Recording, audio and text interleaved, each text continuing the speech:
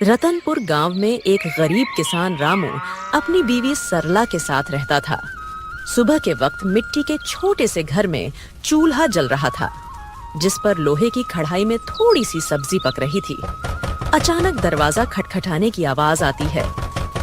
अरे इतनी सुबह सुबह कौन इतने जोर जोर से दरवाजा पीट रहा है?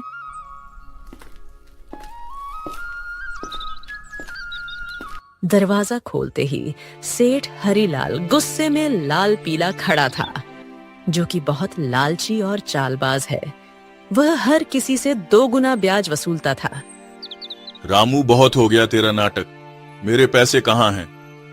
सेठ जी, कल ही तो मैंने आपको पूरी रकम दे दी थी और पूरा हिसाब पक्का कर दिया था, और मैंने आपके पुराने पैसे भी कब के लौटा दिए हैं।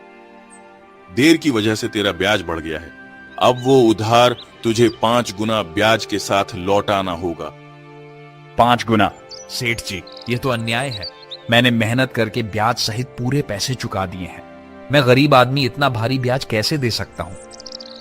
ज्यादा जुबान मत चला। अगर पैसा नहीं दिया ना तो तेरे घर का ताला तोड़कर बर्तन कपड़ा सब उठा ले जाऊंगा। तेरी बैलगाड़ी भी बेच दूंगा। सेठ जी, गरीब का खून चूसकर आपको क्या मिलेगा? हमारे साथ ऐसा मत करिए। इतना ज्यादा ब्याज मैं नहीं दे पाऊंगा। पैसे तो तुझे देने ही पड़ेंगे। देख लूंगा मैं तुझे। याद रखना रामू, हरीलाल से पंगा लेना आसान नहीं है। सेठ रामू को धमकाते हुए चला जाता है, लेकिन जाते जाते अपने नौकर को कहता है, इस गरीब भिखारी की इतनी मजाल, मुझे ना बोलकर इसने गलती कर दी। इसे तो सबक सिखाना पड़ेगा ताकि गांव में बाकी गरीब भी डर में रहे। आप बताइए, ये जिंदगी कब बदलेगी? रोज रोज 2 वक्त की रोटी के लिए जूझना पड़ता है। कभी मन करता है घर की टूटी छत ठीक करवा दूं, तो कभी सोचती हूँ कि हमारे पास भी अच्छे कपड़े हों, लेकिन लगता है किस्मत ने हमें बस तंगी ही दी है। मुझे पता है तुम्हें तकलीफ है, पर मैं क्या करूं? खेत छोटे हैं, बारिश वक्त पर नहीं होती, ऊपर से कर्ज का बोझ भी सर पर है। मैं दिन रात मेहनत करूं, तब हमारे हिस्से में यही नमक रोटी आती है। मेहनत? हाँ, मेहनत तो आप करते हैं, लेकिन भगवान हमारी सुनता ही कहाँ है। लगता है जैसे भाग्य ने हमें इस गरीबी में ही सड़ने के लिए भेजा है। सरला ने आह भरी, पर चुपचाप सब्जी पकाने लगी। कमरे में सन्नाटा था। रामू ने मन ही मन ठान लिया, आज खेत में चाहे जान निकल जाए, पर घर लौटकर कुछ ऐसा लाऊंगा जिससे सरला के चेहरे पर मुस्कान आ जाए। रामू को नहीं पता था कि आज का दिन उसकी जिंदगी की सबसे बड़ी कहानी की शुरुआत करने वाला है। सुबह के वक्त रामू खेत जाने के लिए घर से निकल रहा है। सुबह की हल्की हल्की धूप खेतों पर पड़ रही थी। सरला के मन में आज कुछ हलचल सी चल रही थी। रामू रोज गांव के बीच से होकर जाने वाला रास्ता मंदिर के पास से गुजरता था। रामू रोज इसी रास्ते से जाता था, क्योंकि यही सबसे छोटा और आसान रास्ता था। मंदिर में उस वक्त बस पुजारी ही थे जो सफाई कर रहे थे। प्रणाम पंडित जी, कैसे हैं आप? तबीयत ठीक है ना आपकी? हाँ बेटा, सब अच्छा है। भगवान का आशीर्वाद तुझ पर हमेशा बना रहे। पुजारी से बात करके रामू अपने खेत की तरफ निकल जाता है। उसी शाम गांव का सबसे अमीर सेठ हरीलाल अपने नौकर के साथ बैठा था। वह बहुत लालची और चालाक था। उसके मन में एक खतरनाक योजना पनप रही थी। सेठ हरीलाल अपने बड़े से घर में खाट पर बैठा पान चबा रहा था। पास में उसका नौकर कालू खड़ा था। अरे कालू सुन, मंदिर के गहनों को देखकर मेरा जी ललचा गया है। कल रात मंदिर में जो सोने चांदी के गहने हैं ना, वो मेरे घर में होने चाहिए। गांव वाले मेरी इज्जत करते हैं, लेकिन पैसा और बढ़ाना है मुझे। सेठ जी, पर यह तो पाप का काम होगा। भगवान के घर से गहने चुराना अच्छा नहीं लगेगा। अरे मूर्ख, भगवान को क्या जरूरत है गहनों की? उनका क्या होगा इनसे? असली भगवान तो पैसा है, और पैसा इंसान के हाथ में अच्छा लगता है। पर गांव वाले अगर उनको पता चल गया तो? बस यही तो मजा है। चोरी हम करेंगे और इल्जाम किसी और पर लगेगा। पता है किस पर? उस गरीब रामू पर। आज उसकी और उसकी बीवी की जुबान बहुत ज्यादा ही चल रही थी। रामू, वो तो रोज मंदिर के पास से ही अपने खेत के लिए जाता है ना? हाँ, हम इसी बात का फायदा उठाएंगे। सबको लगेगा कि उसी ने चोरी की, गांव वाले पहले ही उसे तिरछी नजरों से देखते हैं। बस आज रात ही हम अपना काम कर देंगे और सुबह हंगामा हो जाएगा। तू बस ये याद रख, कोई गलती नहीं होनी चाहिए। आधी रात को हम मंदिर में घुसेंगे, गहने उठाएंगे और अपने गोदाम में छुपा देंगे। सुबह मैं खुद शोर मचाऊंगा और रामू का नाम लूंगा। कालू डरते डरते सिर हिलाता है और अपने सेठ की बात मान लेता है। रात का समय था। गांव में हर तरफ सन्नाटा था। बस कहीं कहीं कुत्तों के भौंकने की आवाज आ रही थी। उस रात सेठ लालच में अंधा हो जाता है और इस घिनौनी साजिश को अंजाम देता है। अपने नौकर से मंदिर में चोरी करवाता है। पास ही अंधेरे में एक काली बिल्ली म्याऊं करके गुजर जाती है, जैसे वो इस पाप की गवाही दे रही हो। अगली सुबह गांव के बीचों बीच मंदिर के सामने एक भीड़ इकट्ठी हो गई थी। हर कोई जोर जोर से बातें कर रहा था। माहौल में घबराहट और गुस्से की गूंज थी। अरे यह क्या हो गया? मंदिर के सारे सोने के गहने रातों रात गायब हो गए। इतना बड़ा अपशकुन, भगवान के गहने चुरा ले गया कोई। ये तो बहुत बुरी बात है। इसी बीच रामू रोज की तरह खेत की तरफ जाने के लिए उसी रास्ते से गुजर रहा था। भीड़ देखकर वो रुक गया और पास आ गया। अरे क्या हो गया भाई लोग, इतनी सुबह सुबह ये भीड़ किस बात की है? अरे रामू, तूने सुना नहीं, मंदिर में चोरी हो गई। भगवान के सारे गहने कोई उठा ले गया। रामू यह सुनकर चौंक जाता है। भीड़ में खड़ा सेठ, जो असल में चोरी किया था, वह बहुत मासूम बन रहा था। पंडित जी आप बताइए, कल रात तक तो गहने मंदिर में थे, फिर अचानक कौन ले गया? आप बताइए पंडित जी, क्या आपने मंदिर के आसपास किसी को आते जाते देखा है? आपको किसी पर शक है क्या? अरे मैंने देखा है रामू, रोज मंदिर के रास्ते से आना जाना करता है। सेठ जी, कल तक तो सब कुछ ठीक ठाक था। मंदिर के पास से तो कई लोग गुजरते हैं, लेकिन रोज सुबह सुबह खेत की तरफ जाने के लिए रामू इधर से निकलता है। मगर रामू ऐसा काम करेगा मुझे नहीं लगता। अरे पंडित जी, जमाना खराब है, आदमी की नीयत कब बदल जाए क्या पता। और वैसे भी जिसने किया है वो मुंह से कभी मानेगा नहीं। मैंने अपनी आंखों से देखा है। रात को जब मैं खेत की तरफ जा रहा था, रामू मंदिर के पास चुपके चुपके घूम रहा था। ये क्या कह रहे हो आप लोग? मैंने कोई चोरी नहीं की है। इतना बड़ा पाप मुझ पर मत डालो। अरे हाँ, ये गरीब आदमी है, पैसों की तंगी में है, ये कर भी सकता है ये काम। ये लोग मुंह पर अच्छे बनते हैं।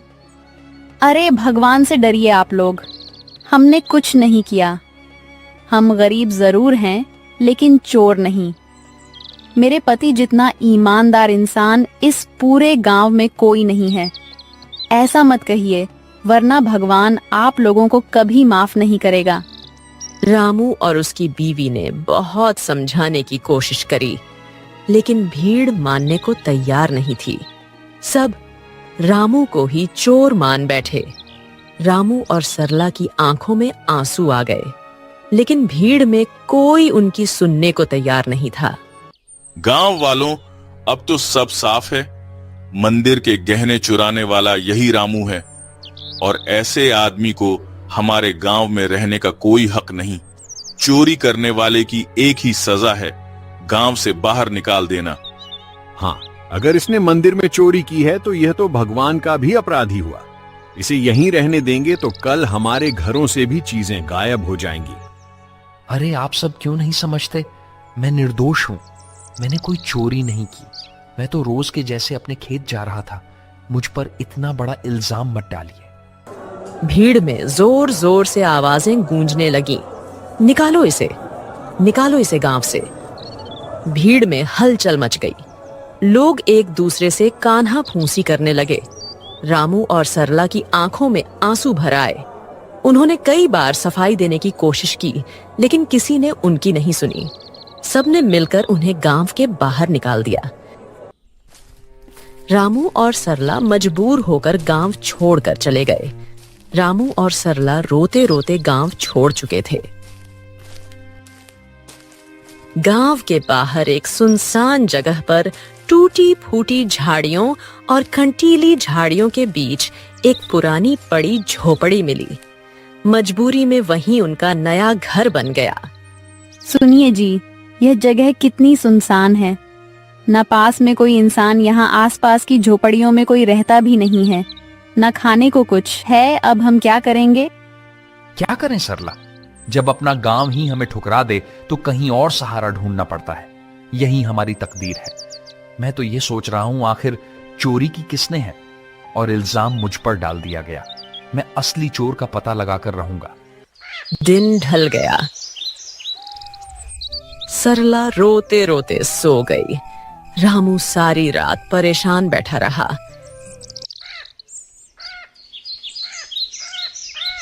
अगली सुबह जब रामू उठा तो उसने देखा कि सरला रो रो कर भूख से कमजोर हो गई है। सरला, तुम यहीं रहो, मैं कुछ खाने के लिए लाता हूं, फिर अपने खेत जाऊंगा दूसरे गांव से होते हुए। तुम दरवाजा अंदर से बंद करके आराम करो। इतना कहकर रामू जंगल की ओर चल गया।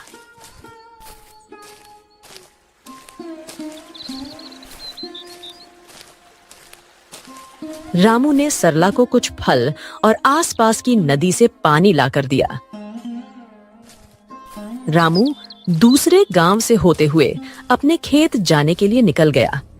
अचानक घने जंगल में सामने से एक साधु बाबा प्रकट होते हैं।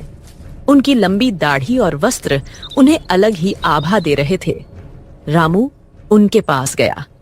बेटा, तू कौन है? तेरे चेहरे पर चिंता की रेखाएं साफ दिख रही हैं। बाबा, मैं इस गांव का ही रहने वाला हूं, पर अब गांव वालों ने मुझे निकाल दिया है। सब लोग मुझ पर चोरी का झूठा इल्जाम लगा रहे हैं। मैंने कोई चोरी नहीं की। रामू रोते रोते साधु बाबा को पूरी कहानी बताता है। सेठ का कर्ज, गांव वालों का इल्जाम और मंदिर से चोरी की घटना। बेटा, तेरी आंखों में छल नहीं है। तू सच्चा और साफ दिल का इंसान है। तेरी पीड़ा मैं समझ सकता हूं। ये दुनिया अक्सर गरीब पर झूठा इल्जाम लगा देती है, पर चिंता मत कर, भगवान न्याय करते हैं। असली चोर जल्द ही सामने आएगा। ये मेरा आशीर्वाद है। पर बाबा, कैसे? सब मुझे ही दोषी मान रहे हैं। गांव छोड़कर मैं और मेरी पत्नी यहां भूखे प्यासे पड़े हैं। कोई मेरी बात मानने को तैयार नहीं है। मैं कैसे साबित करूं कि मैं निर्दोष हूं? इस जंगल में एक श्रापित जानवर रहता है। उसने अपनी आंखों से असली चोर को देखा है। वही तुझे सच तक पहुंचने में मदद करेगा। पर ध्यान रहे, उस जानवर को ढूंढना आसान नहीं है। उसके पास जाना होगा, उसका विश्वास जीतना होगा, तभी वह तेरी मदद करेगा। श्रापित जानवर बाबा, वह कौन है? मैं उसे कैसे ढूंढूं? यहां जंगल में तो बहुत से जानवर हैं। वह एक श्रापित काली बिल्ली है। सच यह है कि उसकी आंखों ने वह दृश्य देखा है जो किसी और ने नहीं देखा। जा बेटा, उस जानवर को ढूंढ और उससे मदद मांग। वो बिल्ली तेरी जिंदगी बदल देगी। भगवान तेरा साथ देंगे। जा बेटा, सत्य की शक्ति तेरे साथ है। साधु बाबा रामू को आशीर्वाद देकर अचानक गायब हो गए। रामू समझ गया था कि यह भगवान की लीला है। रामू तुरंत ही बाबा के बताए अनुसार उस बिल्ली को ढूंढने के लिए निकल गया। जंगल का सन्नाटा, पत्तों की सरसराहट। रामू थका हारा, भूखा प्यासा, उम्मीद के सहारे इधर उधर भटक रहा था। उसने पूरा जंगल छान मारा, पर उसे वो काली बिल्ली कहीं नहीं मिली। दिन ढलने को आया। रामू अब निराश होकर अपनी झोपड़ी की तरफ जा रहा था। अचानक तभी उसकी नजर एक काली बिल्ली पर पड़ी। बिल्ली की चमकती आंखें दो अंगारों जैसी दिखाई दे रही थीं। ओ बिल्ली रानी, क्या तुम वही हो जिसके बारे में साधु बाबा ने कहा था? क्या तुमने उस रात देखा था? असली चोर कौन है? माँ, बिल्ली, क्या तुम मेरी मदद करोगी? मुझ पर झूठा इल्जाम लगाकर गांव से निकाल दिया गया है। क्या तुम सच जानती हो? मुझे बता दो, असली चोर कौन है? बिल्ली उसकी आंखों में देखती है। रामू का साफ दिल और अच्छी नीयत देखकर जैसे उसे सब समझ आ गया हो। अचानक बिल्ली की आंखों से एक अजीब सी चमक निकलती है और वह इंसानी आवाज में बोल उठती है। रामू, तुम्हारे साथ बहुत बड़ा अन्याय हुआ है। मंदिर के गहने तुमने नहीं चुराए। असली चोर तुम्हारे गांव का सेठ और उसका नौकर है। दोनों ने मिलकर मंदिर से गहने चुराए और चोरी का इल्जाम तुम्हारे सिर पर चढ़ा दिया ताकि कोई शक न करे। सेठ जानता था कि तुम गरीब हो, तुम्हारे पास कोई सबूत नहीं होगा, इसलिए उसने चालाकी से तुम्हें बलि का बकरा बना दिया। क्या गांव का सेठ, वही जो सबसे धर्म और दान की बातें करता है, और उसका नौकर भी तो यही सच्चाई है? गांव वालों ने मेरी ईमानदारी पर शक किया और असली अपराधी चैन से सो रहा है। मां बिल्ली, अब मैं क्या करूं?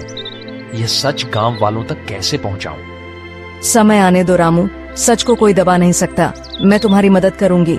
तुम मुझे कल गांव लेकर चलो। मैं वहां जाकर सबको सारी सच्चाई बताऊंगी और तुम्हें निर्दोष साबित करूंगी। रामू को बिल्ली की बातें सुनकर राहत मिलती है।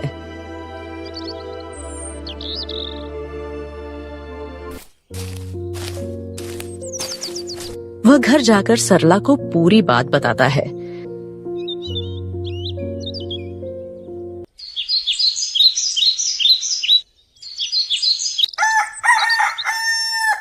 अगली सुबह रामू और सरला बिल्ली को लेकर गांव जाते हैं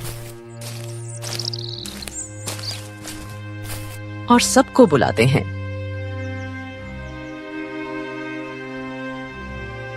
गांव वालों, आप सबने मुझे चोर बोलकर गांव से निकाल दिया था, पर असली चोर अभी भी गांव में ही बैठा है। आज मेरे पास एक गवाह है जो मुझे निर्दोष साबित करेगा। गांव वालों सुनो, असली चोर रामू नहीं है। मैंने अपनी आंखों से देखा है। मंदिर के गहने सेठ और उसके नौकर ने मिलकर चुराए हैं। अगर तुम्हें यकीन नहीं होता तो सेठ के घर जाकर देखो, मंदिर के गहने वहीं मिलेंगे। अरे, यह बिल्ली बोल कैसे रही है? चलो हम जाकर देखते हैं सेठ के घर गहने हैं या नहीं। वैसे भी सेठ ही हमें हमेशा धोखा देता रहा है। बिल्ली को बोलता देख सब चौंक जाते हैं और गांव के कुछ लोग सेठ के घर जाते हैं। उनको गहने सेठ के घर में मिल जाते हैं।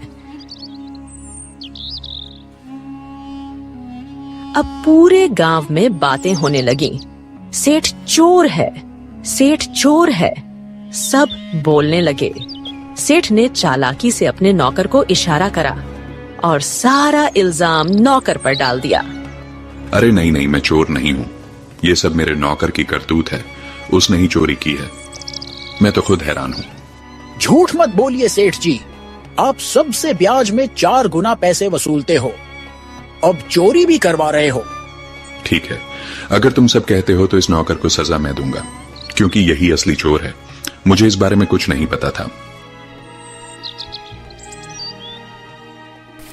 सेठ ने पूरे गहने वापस मंदिर में रखवा दिए। अब गांव में उसकी कोई इज्जत नहीं करता है। पूरे गांव वालों ने रामू से माफी मांगी। उन्हें अपनी गलती का एहसास हो गया। सबने पूरे आदर सम्मान के साथ रामू और सरला को गांव वापस बुलाया।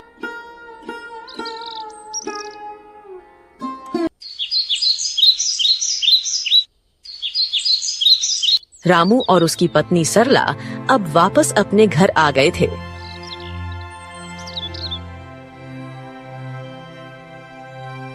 शाम का समय, हल्की ठंडी हवा चल रही है। रामू बोलने वाली बिल्ली के साथ खेत की तरफ जा रहा था।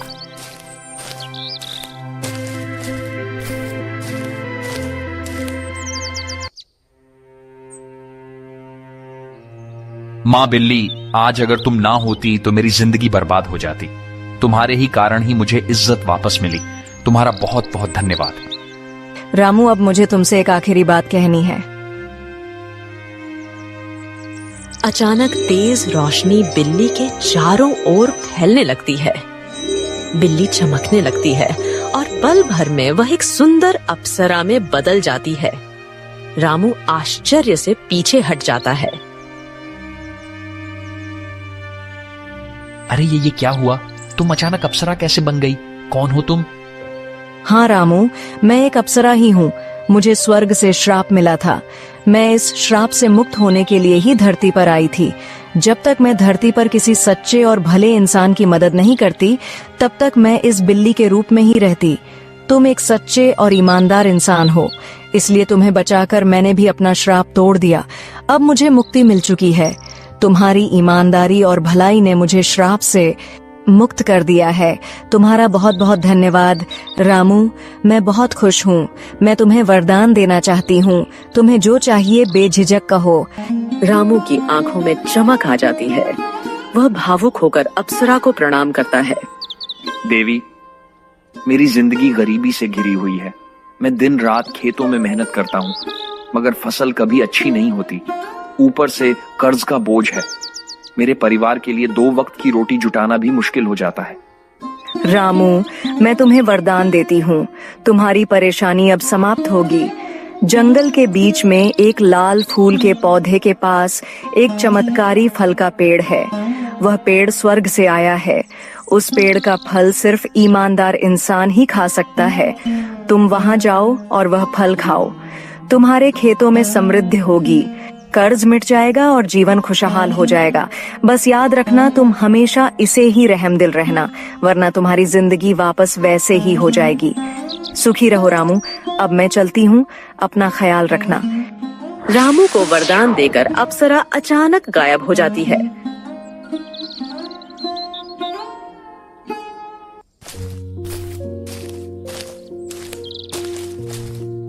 रामू जंगल में चारों तरफ उस चमत्कारी पेड़ को ढूंढता है। सूरज ढलने को होता है। थका हारा रामू अचानक लाल फूल के पौधे को देख लेता है। रामू धीरे धीरे आगे बढ़ता है और देखता है कि पौधे के पीछे एक सुंदर चमकदार पेड़ खड़ा है। पेड़ की टहनियों पर सुनहरे फल चमक रहे हैं। रामू श्रद्धा से पेड़ के पास जाता है। पेड़ देवता, मुझे अप्सरा ने आपके पास भेजा है। मैं गरीब किसान रामू हूँ। क्या मैं आपके फल खा सकता हूँ? अचानक पेड़ से आवाज आई। रामू, मुझे सब पता है। तुम सच्चे और भले इंसान हो, इसीलिए अप्सरा ने तुम्हें यहां तक पहुंचाया है। तुम मेरा एक फल खा लो, तुम्हारी सारी परेशानियां मिट जाएंगी और तुम्हारा जीवन खुशहाल हो जाएगा।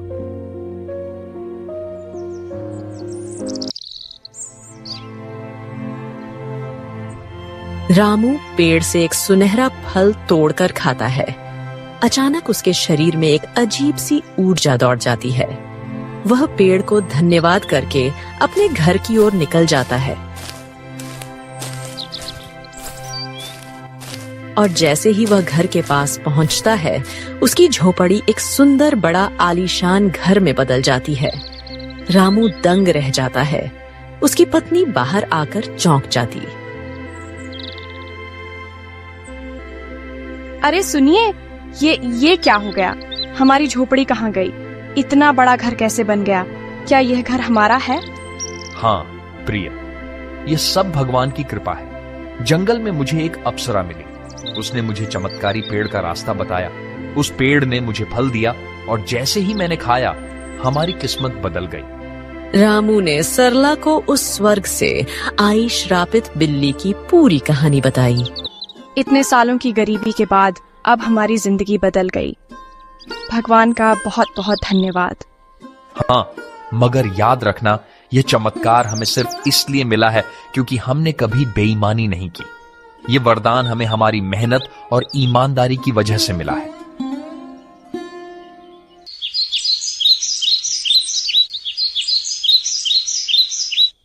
अब रामू और सरला अपने नए घर में खुशी से रहने लगे। पर रामू अब भी साधारण कपड़ों में ही रहता था। उसके अंदर जरा सा भी घमंड नहीं आया। उसने हमेशा उस अप्सरा की बात याद रखी। अब रामू गांव में सबकी मदद करने लगा। उसके घर में हमेशा अनाज भरा रहता था और मेहमानों के लिए दरवाजे खुले रहते थे। वह गांव के सारे जरूरतमंद लोगों को अनाज बांटता था। सारे गांव में रामू की बातें होने लगी। हर कोई अब रामू की बहुत इज्जत करने लगा था। एक दिन गांव वालों को रामू की तारीफ करते सेठ हरिलाल ने सुन लिया। यह सब देख हरिलाल को जलन होने लगी। ये सब दिखावा है। कोई इतना अमीर अचानक कैसे हो सकता है? जरूर इसके पीछे कोई बड़ा राज है। अगर यह ऐसे ही अमीर होता रहा तो गांव में मेरी इज्जत तो मिट्टी में मिल जाएगी। अबे कालू सुन, तू जरा रामू पर नजर रख और पता कर कि इसके पास दौलत आने का असली राज क्या है। उसी दिन से सेठ का नौकर रामू पर नजर रखने लगा।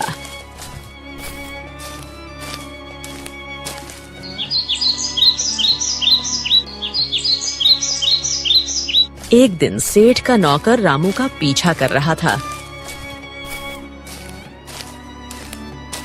उसने देखा कि रामू जंगल में जाकर उस चमत्कारी पेड़ से बात कर रहा है।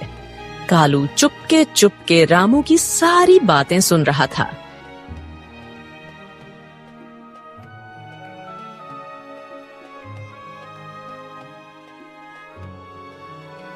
सेठ जी, मैंने सब देख लिया, सब पता कर लिया। रामू उस जंगल के बीच वाले पेड़ से बात कर रहा था। उसने उस पेड़ का फल खाया है जिसकी वजह से उसकी गरीबी दूर हुई और वह अमीर बन गया। क्या सच में? तो चल अभी उसी पेड़ के पास चलते हैं। अगर रामू अमीर हो सकता है तो मैं क्यों नहीं? मैं तो उससे भी बड़ा अमीर बनूंगा। मेरे पास तो पहले से ही ताकत और पैसा है। उस पेड़ को मैं अपनी मुट्ठी में कर लूंगा। सेठ लालच में आकर तुरंत अपने नौकर के साथ जंगल की ओर निकल गया। पर उसे क्या पता था, आज यह लालच उसे ले डूबेगी। वो लोग पेड़ के पास पहुंचे और फल तोड़ने की कोशिश करते हैं, पर एक भी फल उनसे नहीं टूटता। सेठ गुस्से में आकर पेड़ से कहता है, ओ पेड़, सुना है तूने रामू को फल देकर अमीर बनाया है। अब मुझे भी अपने फल दे, जल्दी कर। मैं इस पूरे गांव का सबसे बड़ा आदमी हूं। अब मैं और भी शक्तिशाली बनना चाहता हूं। सेठ, तू लालची है, अहंकारी है और बेईमान है। मैं अपना फल सिर्फ उसी को देता हूं जिसके दिल में दूसरों के लिए करुणा हो, जो ईमानदार हो और सच्चा हो। तेरे दिल में सिर्फ लालच और घमंड है, इसलिए तुझे कभी यह फल नहीं मिलेगा। क्या कहा? तू मुझे फल नहीं देगा? अरे मूर्ख पेड़, अगर तू मुझे फल नहीं देगा तो मैं तुझे जड़ से काट दूंगा। तेरे जैसे 1000 पेड़ मैं खरीद सकता हूं मैं। अब तू देख, तुझे काट कर मैं तेरे सारे फल ले लूंगा। अबे कालू, कुल्हाड़ी उठा और इसे काट डाल। गांव जाकर उस रामू को भी आज मैं खत्म कर दूंगा। कालू भाग कर जाता है और कुल्हाड़ी लेकर आता है। सेठ पेड़ को अपने पैर से मारने लगता है और उसका नौकर कुल्हाड़ी से पेड़ काटने की कोशिश करता है, लेकिन कुल्हाड़ी लगते ही चिंगारियों में निकलती है। अचानक आसमान से बिजली गिरने लगी और तेज हवा चलने लगी। ठहरो, तुम दोनों को अपने लालच और पाप का फल अब यही मिलेगा। तुम्हें दूसरों की मेहनत और भलाई से जलन थी, अब तुम्हें इसका परिणाम भुगतना होगा। अचानक पेड़ से एक चिंगारी निकलती है। सेठ और उसका नौकर वहीं जलकर राख हो जाते हैं। सच्चाई और ईमानदारी की राह चाहे कितनी भी कठिन क्यों ना हो, अंत में जीत हमेशा अच्छाई की ही होती है। लालच और बेईमानी इंसान को कभी सुख नहीं दे सकते। भगवान भी उसी का साथ देते हैं जिसका दिल साफ हो और जो दूसरों की मदद करता है। इसीलिए हमें हमेशा नेक रास्ते पर चलना चाहिए।